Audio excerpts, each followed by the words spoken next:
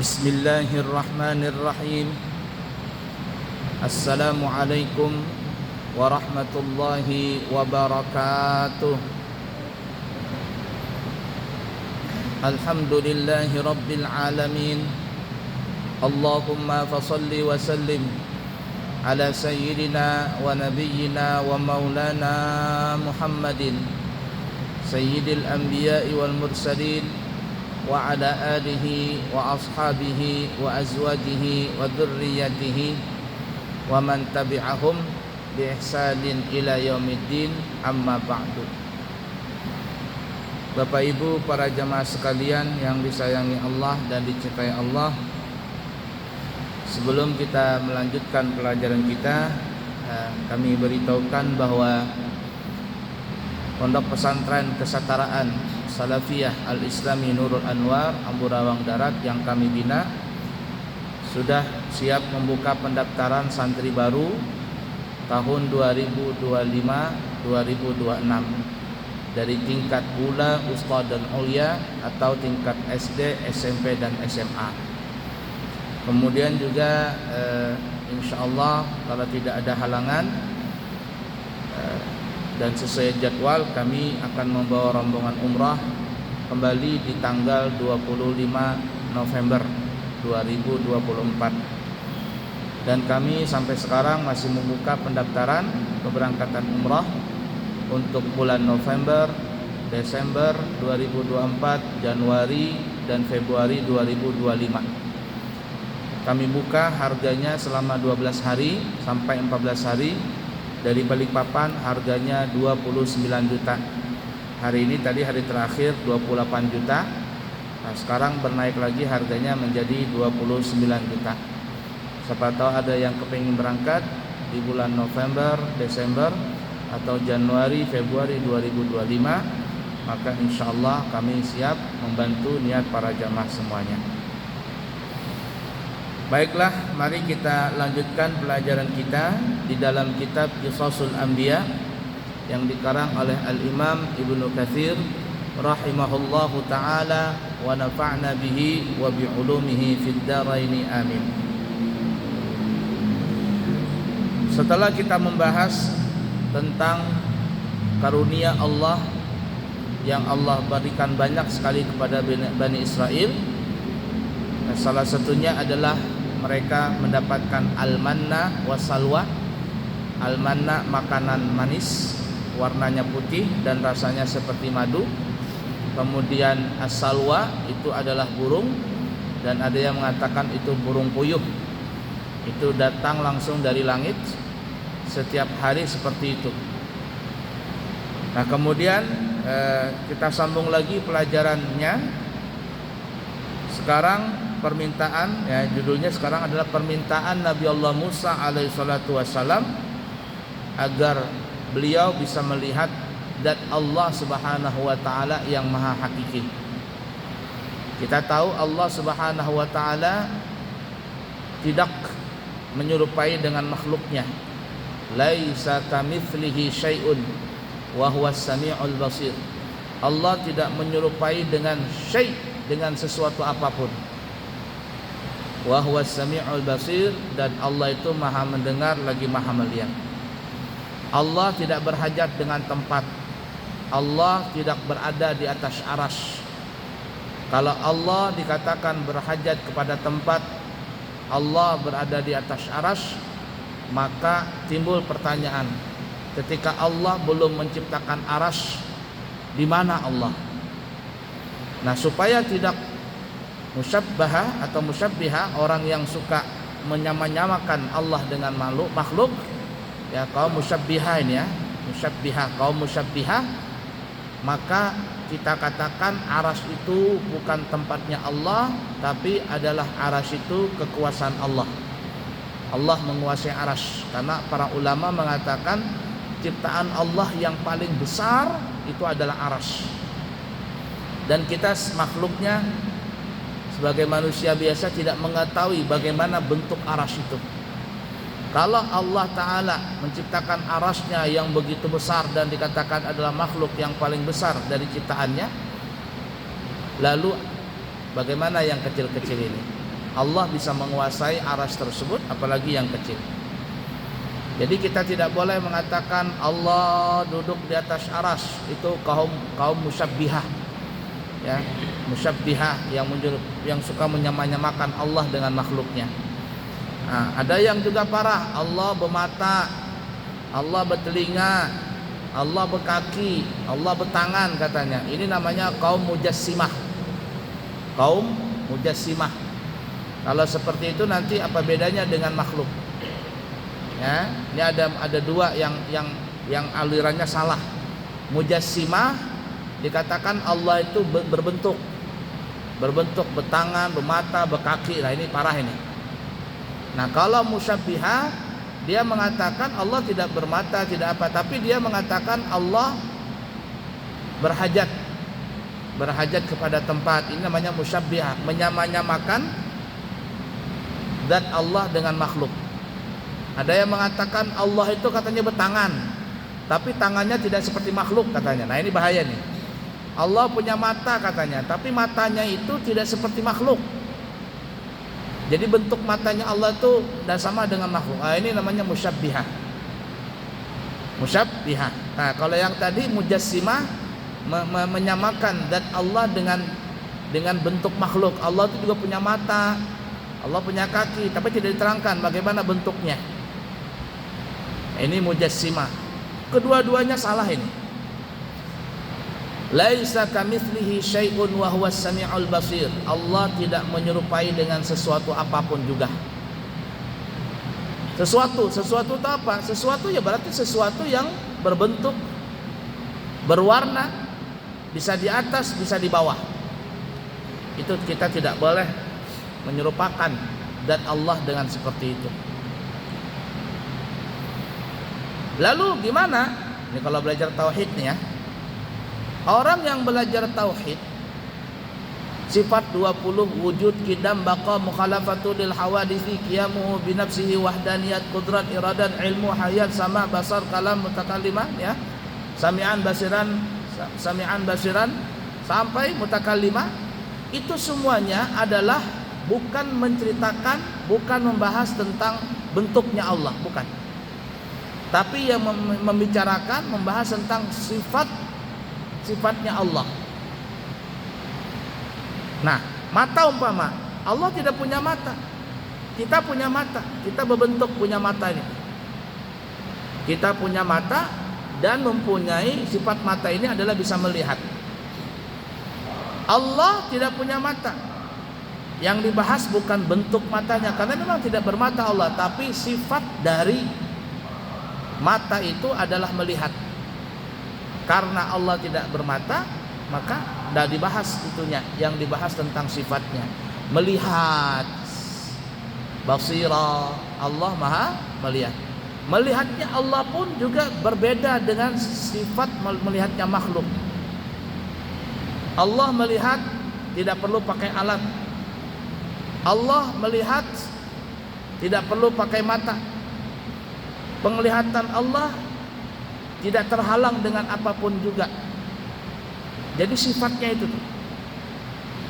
Begitu juga umpama qudrat iradat, Allah kuasa dan berkehendak.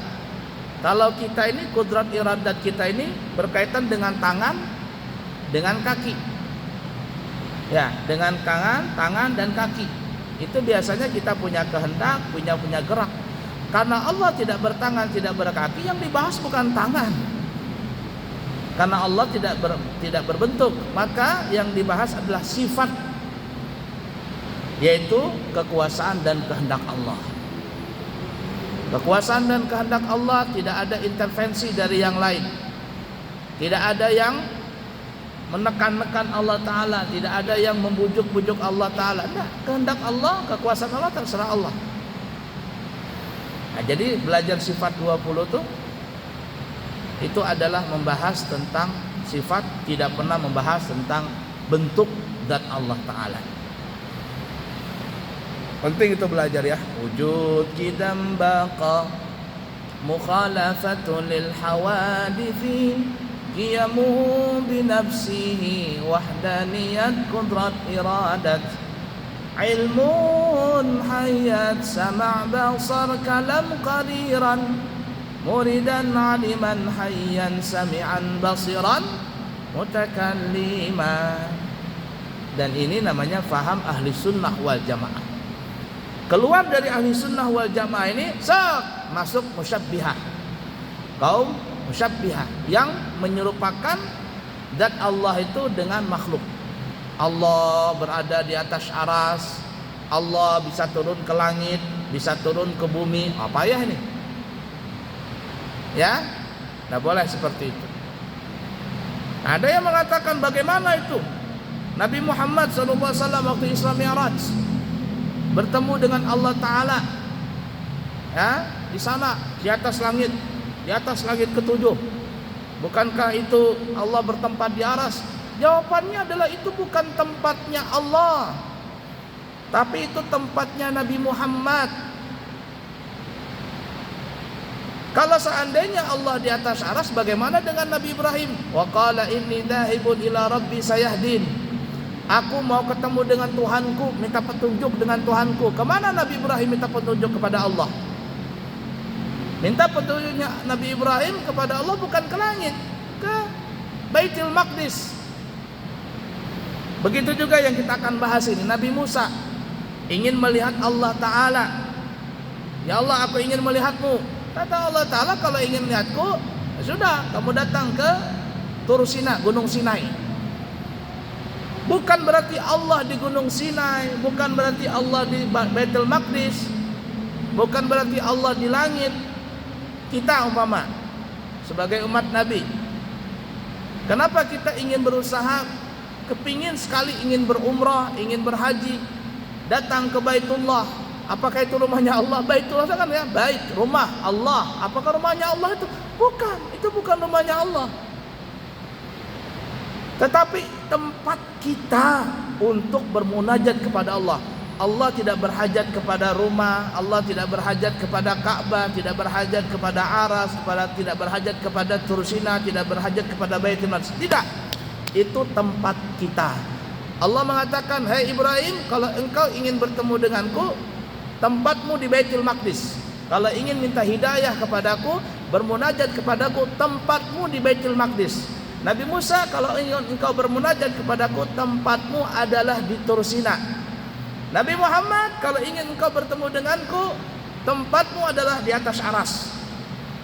Lewat di atas aras, melewati Sidratil Muntaha. Di situ tuh.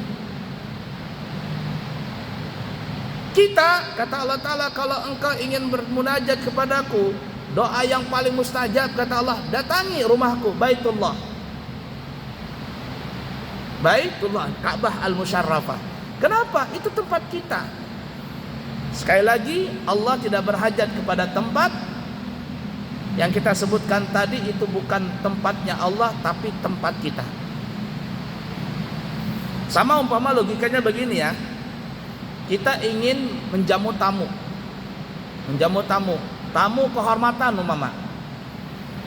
Ya, kita datang punya tamu kehormatan. Tentu ketika kita menjemput dan melayani orang yang terhormat tadi, kita punya ruangan khusus. Kita desain dengan yang baik. Kenapa? Ini adalah bentuk penghormatan kepada orang tersebut. Kita sambut, ini adalah tempatmu karena engkau orang terhormat, tempatmu di sini. Datang lagi ada orang ingin bertemu dengan kita. Mohon maaf, bukan kita menghina profesi orang. Umpama tukang ingin bertemu dengan kita karena dia ingin mengerjakan pekerjaan kita. Kemana kita bertemu dengan dia? Apakah kita ketemu dengan tukang, kita bawa tempat yang bagus, mewah ini? Nah, seperti itu. Tempatnya tukang nggak di situ. Tempatnya tukang, lokasi kerjaannya di mana? Kata tukang, tempat yang mau dikerjakan mana Pak? Ayo sudah, kita ke tempat pekerjaan. Kita memberikan tempat ini, Pak tukang, ini pekerjaan sampean di sini. Kenapa? Karena tempatnya tukang di sini. Ada orang ngelamar sama kita, mau jadi koki, tukang masak. Kita terima, ya oke. Di mana Pak ketemu? Apakah kita sediakan tempat yang bagus begitu? Enggak, tempat ketemuan kita di dapur. Karena kenapa? Tempatnya koki memang di dapur. Nih dapurnya. Nah, jadi seperti itu tuh, logikanya begitu. Jadi Allah tidak berhajat dengan tempat, tapi kita yang berhajat dengan tempat. Jadi kalau dikatakan Allah, Nabi Muhammad bertemu dengan Allah Taala di atas langit ketujuh lewati Sidratul Muntaha, itu dalil Allah Taala di sana. Oh tidak, Allah tidak berhajat dengan tempat. Tapi kenapa Nabi Muhammad di situ? Jawabannya adalah karena itu tempatnya Nabi Muhammad, bukan tempatnya Allah. Nabi Ibrahim diberikan tempat ingin bermunajat kepada Allah, Baitul Maqdis, karena itu tempat makomnya Nabi Ibrahim. Tursina yang kita akan sebutkan nanti, itu adalah tempatnya Nabi Ibrahim. Nah, kita sebagai orang Islam kalau ingin munajat, kemana kita? Apakah ke Baitul Maqdis? Apakah kita mau ke mana namanya? Tursina? Oh enggak, tempat kita munajatnya adalah arah ke arah kiblat. Kalau kita bukan di Mekah, maka munajat kita mengarah ke Ka'bah sana, ke Mekah sana. Tapi ketika kita sampai di Mekah, di dalam Masjidil Haram, maka adalah tempat poin kita sejajar dengan Ka'bah Al-Musyarrafah. Nah, itu ya. Jadi perlu dipahami, jangan masuk kaum Mujassimah. Mujassimah itu yang menyamakan Allah dengan jasad manusia, jasad makhluk, menyamakan dengan jasad manusia atau binatang. Bahaya itu, bahaya, salah itu, syirik. Itu syirik sudah itu. Jadi kalau ada yang mengatakan Allah punya mata, dia syirik. Syirik fidzat, artinya dia telah menyekutukan Allah Ta'ala di dalam zatnya. Dia katakan zat Allah sama dengan makhluk yang punya tangan, mata, kaki dan sebagainya. Itu kaum Mujassimah, syirik namanya. Yang musyabbihah menyamakan sifat Allah Ta'ala, ya, menyamakan sifat Allah Ta'ala dengan sifat makhluk. Allah punya tempat, Allah duduk di atas aras, bisa turun ke bumi, bisa naik ke langit, ya, bisa di mana-mana, Allah ada di mana-mana. Wah, itu musyabbihah katanya. Jadi kalau kita katakan Allah ada, iya Allah ada. Di mana Allah? Pokoknya Allah ada. Allah tidak berhajat dengan tempat. Bagaimana? Sudah, Allah ada, selesai. Dan orang yang membahas kitab tauhid itu adalah yang dibahas sifat, bukan badan, bukan bentuk, bukan ain, bukan benda, bukan jisim, bukan badan. Yang dibahas sifat. Dan sifat Allah Ta'ala pun laisa kamitslihi syai'un. Sifatnya Allah pun tidak sama dengan sifatnya makhluk. Zatnya Allah tidak sama dengan zatnya makhluk. Af'al, perbuatannya Allah tidak sama dengan perbuatannya makhluk. Apalagi asma, nama-namanya Allah tidak sama dengan nama-namanya makhluk. La ilaha illallah. Nah, itu panjang ya kalau orang belajar ilmu tauhid.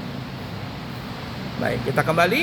Jadi di sini diceritakan Nabi Musa ingin bertemu dengan Allah Ta'ala. Dan cerita itu disebutkan di dalam surah Al-A'raf ayat 142 sampai ayat 147. Kita bacakan surahnya, kita bacakan ayatnya. A'udzu billahi minasy syaithanir rajim.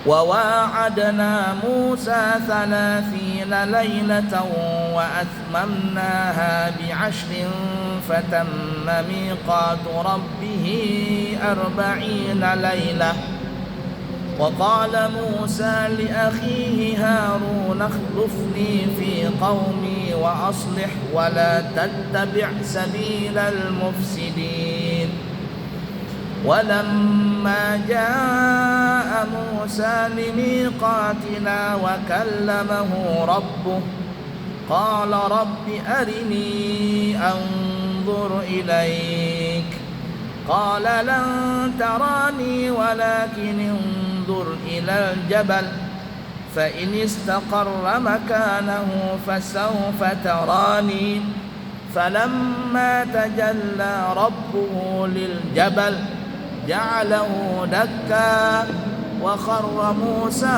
صعقا فلما أفاق قال سبحانك تبت إليك وأنا أول المؤمنين قال يا موسى إني اصطفيتك على الناس برسالاتي وبكلامي فخذ ما آتيتك وكن من الشاكرين وكتبنا له في الألواح من كل شيء موعظة وتفصيلا لكل شيء فخذها بقوة وأمر قومك يأخذوا بأحسنها سأريكم دار الفاسقين سأصرف عن آياتي الذين يتكبرون في الأرض بغير الحق وإن يروا كل آية لا يؤمنوا بها وإن يروا سبيل الرشد لا يتخذوه سبيلا وإن يروا سبيل الغي يتخذوه سبيلا ذلك بأنهم كذبوا بآياتنا وكانوا عنها غافلين والذين كذبوا بآياتنا ولقاء الآخرة حبطت أعمالهم هل يجزون إلا ما كانوا يعملون. Dan telah kami janjikan kepada Nabi Musa untuk memberikan kitab Taurat Nabi Musa. Kitab yang wajib kita imani itu ada 4. Yang pertama adalah kitab Taurat, bahasanya bahasa Ibrani. Yang kedua kitab Zabur, Taurat Nabi Musa. Kitab Zabur kepada Nabi Daud, bahasanya bahasa Kipti, Mesir kuno. Yang ketiga kitab Injil kepada Nabi Musa, bahasanya bahasa Suryani. Tapi bukan bahasanya si siapa? Mama Gupron tuh ya. Makoli itu bukan bahasa Suryani itu. Bahasa kacau itu ya. Makoli itu. Nah, itu bukan Suryani itu. Sudah ada lagi ya Mama Gupron nih. Nah, yang keempat adalah Quran, Al-Quranul Karim, turun kepada Nabi Muhammad, bahasanya bahasa Arab, dan bahasa Arabnya bahasa Arab Hijaz. Hijaz itu adalah Mekah, Madinah, Jeddah dan sekitarnya. Ya, Hijaz namanya. Dan bahasa Arab Hijaz adalah bahasa Arab yang paling fasih, paling baik. Ya, sehingga Al-Quran diturunkan dengan bahasa Al-Quran, dengan bahasa Arab, dan bahasa Arabnya bahasa Hijaz. 4 kitab ini yang wajib kita imani. Dan telah kami janjikan kepada Nabi Musa untuk memberikan kitab Taurat sesudah berlalu waktu 30 malam. Dan kami sempurnakan jumlah malam itu dengan 10 malam lagi. Dan sempurnalah waktu yang telah ditentukan Tuhannya menjadi 40 malam. Nanti kita sebutkan, oh kenapa 30 kok jadi 40? Nanti ada ceritanya. Perjanjiannya 30, oh kok jadi 40? Nah nanti kita lihat apa sebabnya. Dan angka 40 ini adalah angka, bahasa kita angka keramat ya. Angka keramat, arti angka keramat itu angka kesuksesan. Jadi kalau orang kepingin sukses di 40, ya di 40. Jadi kalau sudah 40 itu apa aja sudah. Kalau 40 bisa melewati, sukses dia. Sukses. Nanti kita sebutkan semuanya. Dan berkata Nabi Musa kepada saudaranya, yaitu Nabi Harun, gantikanlah aku dalam memimpin kaumku, dan perbaikilah, dan janganlah engkau mengikuti jalan orang-orang yang membuat kerusakan. Nabi Harun dijadikan tugas wakil selama 40 hari itu. Dan tatkala Nabi Musa datang untuk munajat dengan kami pada waktu yang telah kami tentukan, dan Tuhan berfirman langsung kepadanya, yakni mutakalim. Makanya Nabi Musa disebut kalimullah. Nabi yang langsung berkata-kata dengan Allah Ta'ala, yang tidak ada suara, tidak berhuruf. Nggak ngerti bagaimana suara, nggak ada suaranya, nggak ada hurufnya. Lalu gimana? Nggak ngerti. Ya, nggak ngerti. Bagaimana dengan Al-Quran? Apakah kalamullah? Iya kalamullah, tapi itu adalah hasil dari kalamullah yang hakiki. Ini kalau kita mau logikakan ya, logikaan ya, supaya kita paham nih. Tapi tidak sama dengan kalamullah. Ini contohnya begini nih. Kita nulis di WA. Oh, begitu. WA panjang mama tulisan ini. Lalu kita kirim ke nomor si fulan. Tiba-tiba udah sampai sedetik sudah masuk di sana WA di nomor dia. Ting, masuk. Apakah kita lihat tulisannya itu terbang? Ngeoh begitu. Masuk ke HP orang itu. Terbaca begitu terlihat. Nah, kita nggak ngelihat. Tapi ketika diklik yang di sana baru terbaca, tertulis. Di dalam handphone ini ada video, ada surat, ada macam-macam, PDF, banyak sini. Kita tidak bisa tahu dalamnya. Apakah di dalam ini memang ada suratnya? Kita bongkar HP, kita pecahin, kita cari. Adakah bentuknya? Nggak berbentuk. Tapi ketika kita masukkan di HP, HP-nya bagus semuanya, keluar tulisannya. Nah, itulah kalamullah. Kalau mau dipahamin ya, tapi tidak bisa disamakan. Kalamullah yang hakiki ya tadi itu. Model-model seperti itu. Masuk dan kita tidak tahu bagaimana bentuk dalam HP ini. Videonya, apakah ada video bisa sejam 2 jam. Di YouTube kita buka, kita bongkar HP ini, apakah ada videonya, ada gambar orangnya? Tidak ada. Tapi ketika kita buka, baru keluar tuh tulisannya, videonya. Tapi kalau kita bongkar HP-nya, tidak ada tulisannya, tidak ada videonya. Itu gambaran antara kalamullah yang hakiki itu begitu tuh. Tidak ngerti bagaimana bentuknya, karena memang tidak berbentuk. Jadi kalamullah, Nabi Musa bermunajat dengan Allah, berbicara dengan Allah Ta'ala bi ghairi sautin wala huruf. Tidak pakai suara, tidak ada pakai huruf.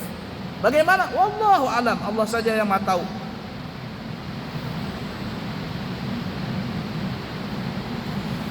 Berkatalah Nabi Musa, wahai Tuhanku, nampakkanlah diri engkau kepadaku agar aku dapat melihatmu. Nabi Musa ini minta, ya Allah, aku kepingin lihat engkau, tunjukkan wujudmu. Lalu Allah berfirman, kamu sekali-kali tidak sanggup melihatku. Nabi Musa, nggak bakalan, sampai kapanpun engkau nggak bisa melihat aku. Tapi lihatlah ke bukit itu, yakni bukit Tursina.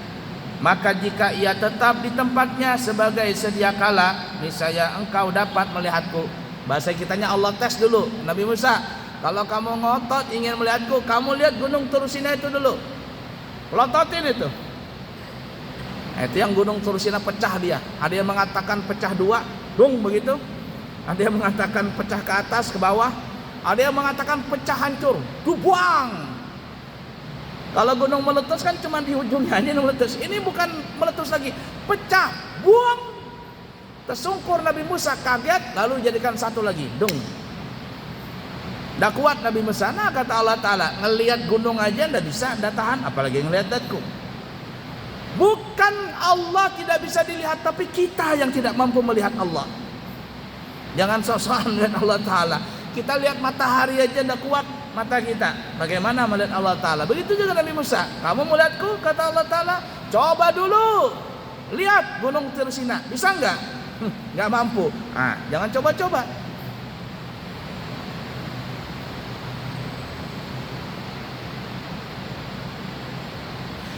Tatkala Tuhannya menampakkan diri kepada gunung itu, dijadikannya gunung itu hancur luluh dan Musa pun jatuh pingsan.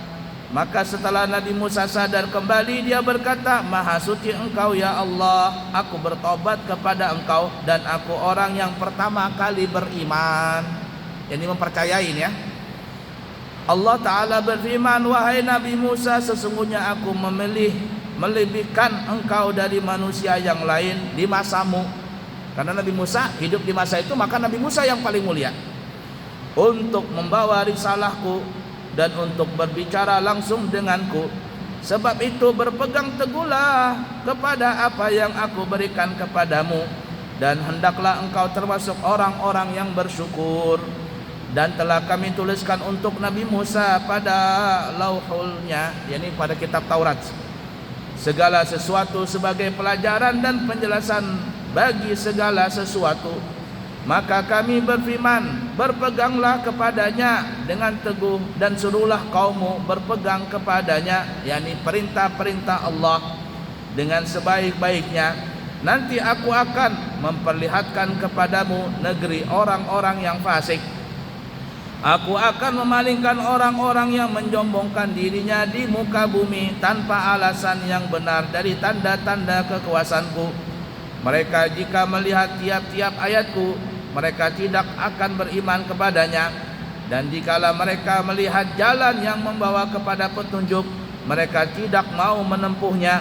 Tetapi jika mereka melihat jalan kesesatan, mereka terus menempuhnya. Yang demikian itu adalah karena mereka mendustakan ayat-ayat kami, dan mereka selalu lalai daripadanya. Dan orang-orang yang mendustakan ayat-ayat kami dan mendustakan akan menemui akhirat, maka sia-sialah perbuatan mereka. Mereka tidaklah diberi balasan selain dari apa yang telah mereka kerjakan. Wallahu a'lam bishawab.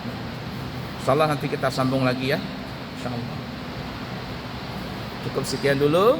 Bagaimana cerita yang lengkapnya, insyaallah di kesempatan yang akan datang kita akan menyambung cerita munajatnya Nabi Musa dengan Allah Ta'ala.